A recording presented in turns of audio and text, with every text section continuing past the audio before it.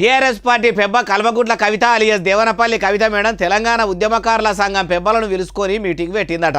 అప్పట్లో వాళ్ళ అయ్యే కేసీఆర్ సార్ కూడా ఉద్యమకారుల పేరు చెప్పుకొని అధికారంలోకి వచ్చినట్టే కవిత మేడం కూడా పార్టీని పాములకు దేవాలని చూస్తుందా అంటే ఏమో అరుచుకుందాం పాండ్రి. 10 ఏళ్ల ఏలుబడి ఎలుగబెట్టిన కారు పార్టీ ఉద్యమకారులను అవసరానికి వాడుకొని ఏరు దాటినాక తెప్పదలుగా పెట్టినట్టు కూరల కళ్యామాకు లెక్కనే తీసిపారేసిండు. వాళ్ళను పట్టించుకోలేదు. కానీ ఇప్పుడు టీఆర్ఎస్ పార్టీ అట్లా కాదు. ఉద్యమకారులతోనే పార్టీని ముంగడికి తీసుకుపోయి మొదలు వాళ్లకు న్యాయం జరిగినాకనే తతిమ పనులు ముంగటేసుకుంటుందని కల్వకుంట్ల కవిత మేడం ఉద్యమకారుల సంఘం పెబ్బలకు చెప్పుకొచ్చిందట.